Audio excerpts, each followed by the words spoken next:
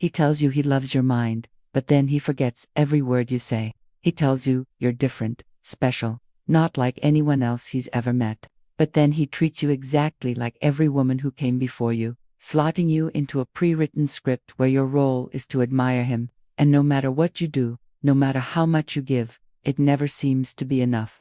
It feels like pouring water into a bucket with a hole in it, doesn't it? You pour and you pour, but it never fills up. You give your time, your energy, your heart. You listen to his problems, you celebrate his wins, you soothe his ego.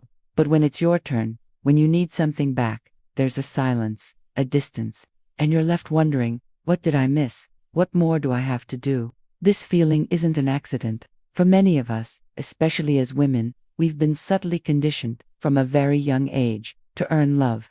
We've been taught that our value lies in what we can do for others. We've learned to perform emotional labor as if it's our second nature. We become the fixer, the healer, the endlessly patient understander. We listen to his stories about his exes, his difficult childhood, his struggles at work. We offer advice, we offer comfort, we offer a safe space for him to be vulnerable. And all the while, a quiet hope whispers in our ear, if I can just fix this, if I can just heal him, if I can just understand him perfectly, then one day, he'll finally see my value. He'll finally realize how much I'm worth and love me the way I deserve. But here's the devastating truth that no one wants to talk about. The more you try to prove your worth to him, the more he starts believing he's the prize you're competing for. Think about it. Every time you go above and beyond, every time you anticipate his needs, every time you forgive a transgression without him even having to apologize, you are sending a clear signal. The signal is, your approval is so valuable to me that I am willing to work tirelessly for it. You're not building a partnership, you're auditioning for a role. And in this dynamic, he becomes the judge, the director, the casting agent. He gets to sit back, arms crossed, and decide if your performance is good enough today. He holds all the power, and you're left constantly trying to guess the script, to hit your marks perfectly, hoping for a standing ovation that never comes. The more you perform, the more entitled he feels to the performance. Your effort doesn't make him value you more. It makes him value himself more, because look at how hard you're trying to win him over. It inflates his ego while slowly, steadily, deflating your self-worth. This is one of the most insidious traps of modern dating. It has taught so many incredible women to compete for validation instead of co-creating a connection. You come to the table with an open heart, ready to build something real. You show empathy, you share your feelings, you try to understand his perspective, but he doesn't see it as empathy. He calls it neediness or attachment.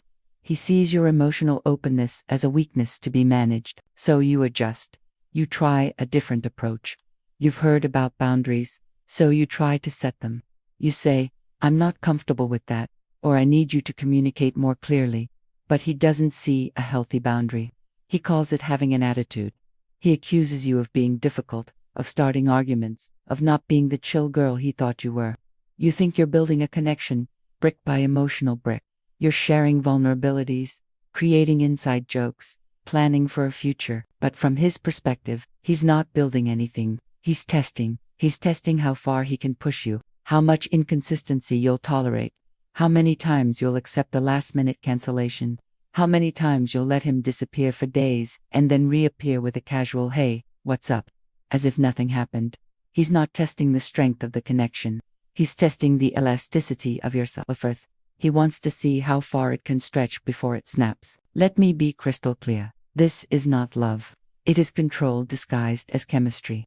That intense, can't eat, can't sleep feeling you have, that anxiety you mistake for butterflies, that's not the spark of romance. That's the stress response of your nervous system telling you something is fundamentally unsafe. It's the high of the intermittent reinforcement, the breadcrumbing that keeps you hooked, always chasing the next small crumb of affection. And in the middle of this exhausting cycle, you ask yourself the question that tears you apart. What did I do wrong? You replay every conversation, dissect every text message, analyze every interaction, searching for the mistake you must have made. Did I say too much? Did I not say enough? Was I too available?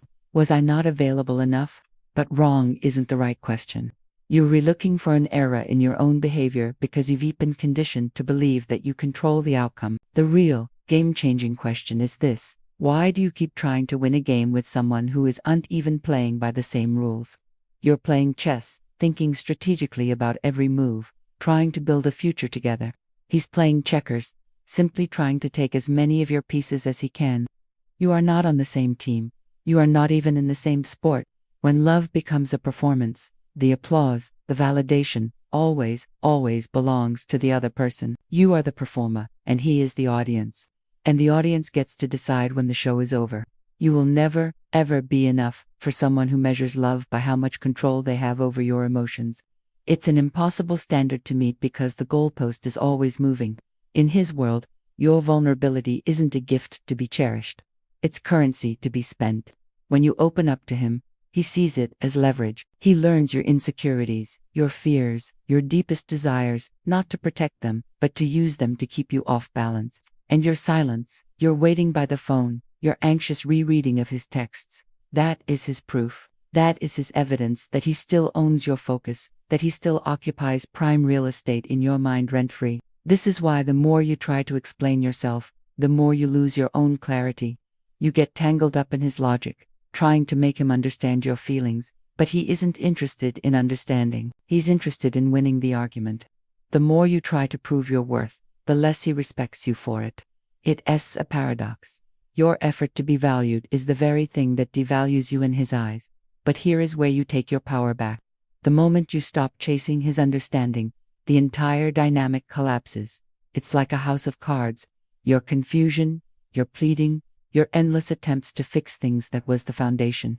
When you remove it, the whole structure comes tumbling down. He stops feeling powerful, because your confusion no longer feeds his ego. Your peace is no longer something he can disrupt for his own entertainment. That's when you finally see it with blinding clarity. It was never love that was starving you. It was the illusion. The deeply ingrained, hope-fueled illusion that, if you just tried a little harder, gave a little more, or became a little more perfect, you would finally be seen. You would finally earn the love you were so desperately seeking.